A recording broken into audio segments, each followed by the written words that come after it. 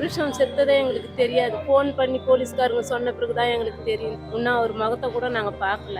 என்ன நடந்துச்சுன்னு தெரியாது. ஆனா கூட்டத்துல இறந்து போயிட்டாரு மட்டும் சொன்னாங்க.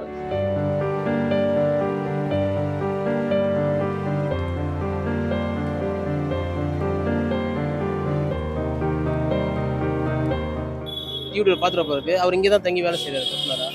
போய் பார்க்குறன்னு தான் போயிருக்காரு. வெயில் தாங்க முடியாமல் அவர் இதாகிருக்காரு. இவர் முன்கூட்டி போயிட்டாரு. ஆனா எந்த பக்கம் போனாருன்னு எனக்கு தெரியாது. என் கூட இருந்தா நான் விட்டுருக்க மாட்டேன். எனக்கு முன்னாடியே போயிட்டாரு அவரு, இடம் பிடிக்கணுன்றதுக்காக. இது தண்ணி ஓரமா இருந்தாரு. கூட்டத்துல தான் தெரியல. கூட்டத்துல தெரிஞ்சிருந்தா யாருன்னா நம்ம பார்த்தவங்க தூக்கி இருப்பாங்க.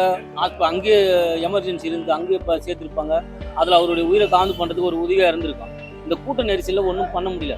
ஷோ முடிஞ்ச உடனே எல்லாமே திடீர்னு வெளியே வர ஆரம்பிச்சு. வெளியே வந்ததுல யாரு கால் போட்டுச்சோ என்ன பண்ணோ அந்த மாமா அந்த இடத்துல இதாகிட்டு. டாக்டர் வந்து ஆனா ஏற்கனவே பார்த்துருக்காங்க சார். ஏற்கனவே பார்த்துட்டு இவர் வர வழியிலேயே எக்ஸ்பைர்ட் ஆயிடுச்சு என்ட்டு சொல்லியிருக்காங்க.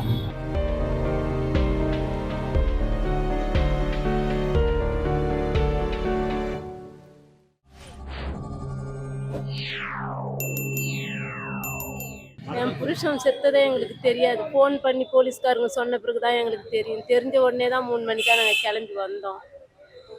இன்னும் அவர் முகத்தை கூட நாங்கள் பார்க்கல. இப்போதான் பார்க்க போகிறோம். என் குழந்தைங்களுக்கு நீங்கள் உதவி செய்தா ரொம்ப நன்றியா இருக்குப்பா.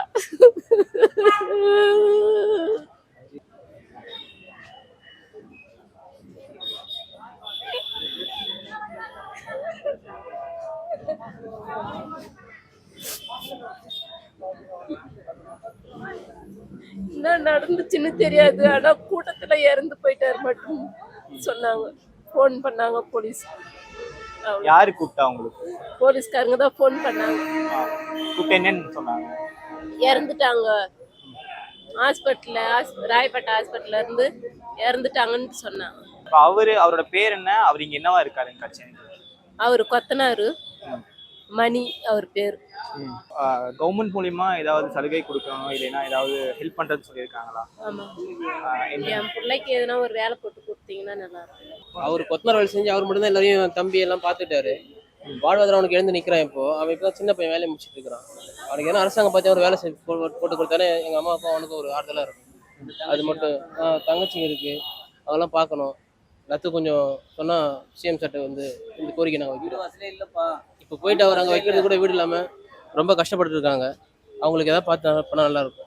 இல்லையா இவரு இந்த ஷோக்கு போகிறதுக்கு முன்னாடி கடைசியா உங்ககிட்ட ஏதாவது சொன்னாரா? இந்த மாதிரி இந்த இதுக்கு போறேன் பேசியிருக்காரு. இந்த மாதிரி அந்த இது வந்து யூடியூப்ல பார்த்துட்டு போயிருக்கு. அவர் இங்கே தான் தங்கி வேலை செய்கிறாரு கொத்தனாரா. போய் பார்க்குறன்னு தான் போயிருக்காரு. வெயில் தாங்க முடியாமல் அவர் இதாகிருக்காரு, இறந்துட்டு இருக்காரு. ஹாஸ்பிட்டலுக்கு கூட்டு வரும்போது கூட இருந்திருக்காரு நினைக்கிறேன். உயிர் இருந்துச்சு அதான். அப்புறம் இங்க வந்து பிறகுதான் டாக்டர் செக் பண்ண பிறகுதான் அவருக்கு வந்து வர வழியிலேயே இதுவாயிடுச்சு, எக்ஸ்பைர்ட் ஆகிட்டாருன்ட்டு சொன்னாங்க. அப்புறம் எங்களுக்கு வந்து ஈவினிங் தான் தகவல் எங்களுக்கு தெரியும். அப்புறமா எனக்கு ஃபோனில் வாட்ஸ்அப்பில் அனுப்பியிருந்தாங்க. பார்த்துட்டு திருப்பி உடனே இங்கே வந்தோம். மாச்சூருக்கு வந்துட்டு எடுத்துகிட்டு வந்து காமிச்சாங்க. என்னுடைய பிரதர் எனக்கு தான் தெரிஞ்சிச்சு.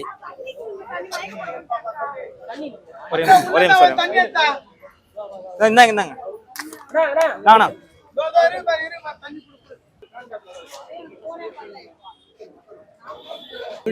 என்னுடைய ஓன் பிரதர் சார் அவரு. நான் கூட பிறந்த தம்பி.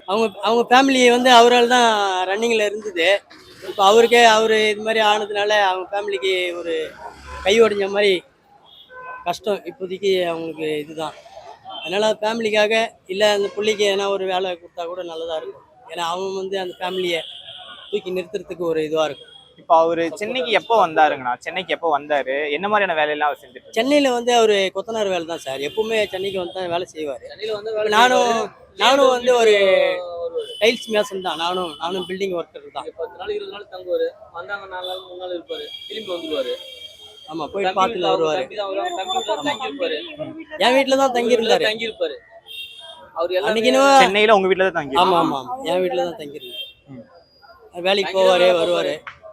அதான் வாரத்தில் இல்லை 2 வாரத்துக்கு ஒரு டைம் இப்போ வீட்டுக்கு அவங்க ஊருக்கு போயிட்டு பார்த்துட்டு வருவார்.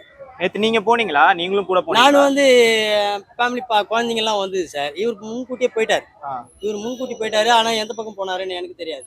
கூட இருந்தா அதாவது என் கூட இருந்தா நான் விட்டுருக்க மாட்டேன். அவர் தனியா அதாவது அவரு என் ஃபேமிலி பசங்கள்லாம் வேற வந்துருந்து.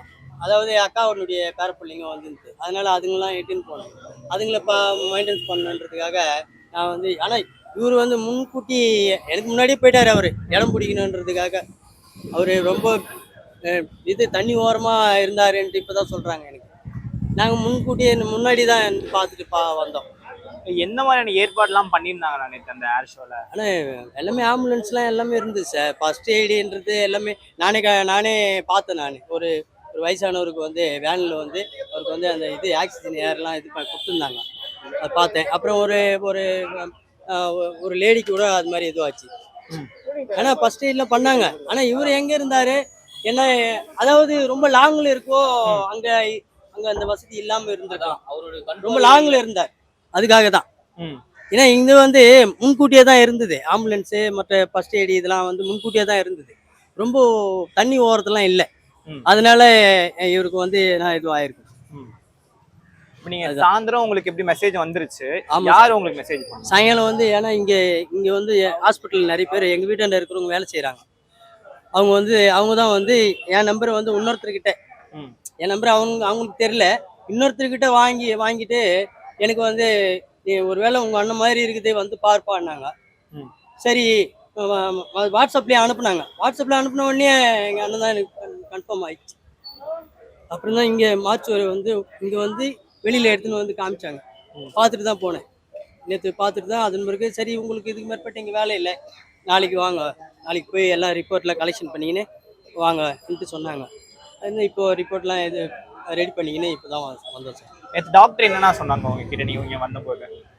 டாக்டர் வந்து ஆனால் ஏற்கனவே பார்த்துருக்காங்க சார். ஏற்கனவே பார்த்துட்டு இவர் வர வழியிலேயே எக்ஸ்பைர்ட் ஆயிடுச்சு என்ட்டு சொல்லியிருக்காங்க. எனக்கு வந்து அப்புறம் தான் தெரியும். எனக்கு ஈவினிங் தான் நான் வர சொல்லலாம் இதில் வச்சுட்டு இருந்தாங்க ஃபுல்லாக. அப்புறம் தான் என்னை வந்து நான் வந்து பார்க்கணுன்றதுக்காக எனக்காக எடுத்துன்னு வந்து காமிச்சாங்க. ம். நீங்கள் உண்மையாக பாருன்ட்டு உங்கள் அண்ணனா பாருன்ட்டு பார்க்கறதுக்காக எடுத்துன்னு வந்து காமிச்சாங்க. அது எங்கள் அண்ணன் தான் எனக்கு தெரிஞ்சிச்சு. அதுதான் இதனால அவங்க குடும்பத்துக்கு தான். ஏன்னா அவரால் தான் அவங்க குடும்பம் ரன்னிங்கில் இருந்தது.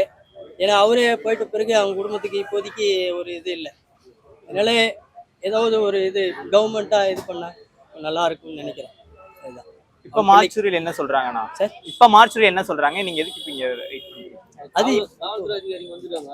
அவங்க வந்து பார்த்து நல்ல மாதிரியா பண்ணி அவங்க பண்ணி தரேன்னு உங்களுக்கு வெளியே இது பண்றாங்க. ஆமா அவங்க எடுத்து போறதுக்கு நம்ம வீட்டுல இருந்து இறுதி சடங்கு பண்றதுக்கெல்லாம் இது வந்து ஒத்துழைப்பு கிராமத்துக்கு பண்றாங்க. போகணும் சார். ம். அவர் ஒரு பிறந்த 120 கிலோமீட்டர். கிராமத்துல தான் இப்போ அவருக்கு அடக்கம் பண்ண போறோம். அது காவல்துறை இப்போ நேற்று ஈவினிங் ஃபோன் பண்ணதும் காவல்துறை தான் ஃபோன் பண்ணாங்க. இவர் மாப்பிள்ளை இங்கே இருந்தாலும் இவருக்கு இங்கே லோக்கலில் உள்ளவங்க சொல்லிட்டாங்க. ஆனால் அவங்க மனைவிக்கு வந்து காவல்துறை தான் ஃபோன் அடிச்சுது. காவல்துறை ஃபோன் அடிச்சு தான் நாங்கள் இன்றைக்கி 3 மணிக்கு கிளம்பி வந்தோம். நைட்டு கிளம்பி வந்து இருந்து பார்த்தா அவங்க காவல்துறை தான் இது வரைக்குமே கூட இருந்து எல்லாம் பண்ணுறாங்க. எல்லாம் நல்லா பண்ணுறாங்க. என்ன ஒன்று அந்த குடும்பத்தை வந்து இன்னைக்கு பார்க்கறதுக்கு ஆள் கிடையாது. அவர் இருந்த வரைக்கும் பார்த்தாரு. 2 பொண்ணு ஒரு பையன் இது வரைக்கும் ஒன்றும் இதாகல. அவர் வரைக்கும் அவருடைய உதவியை வாழ்ந்துட்டான்.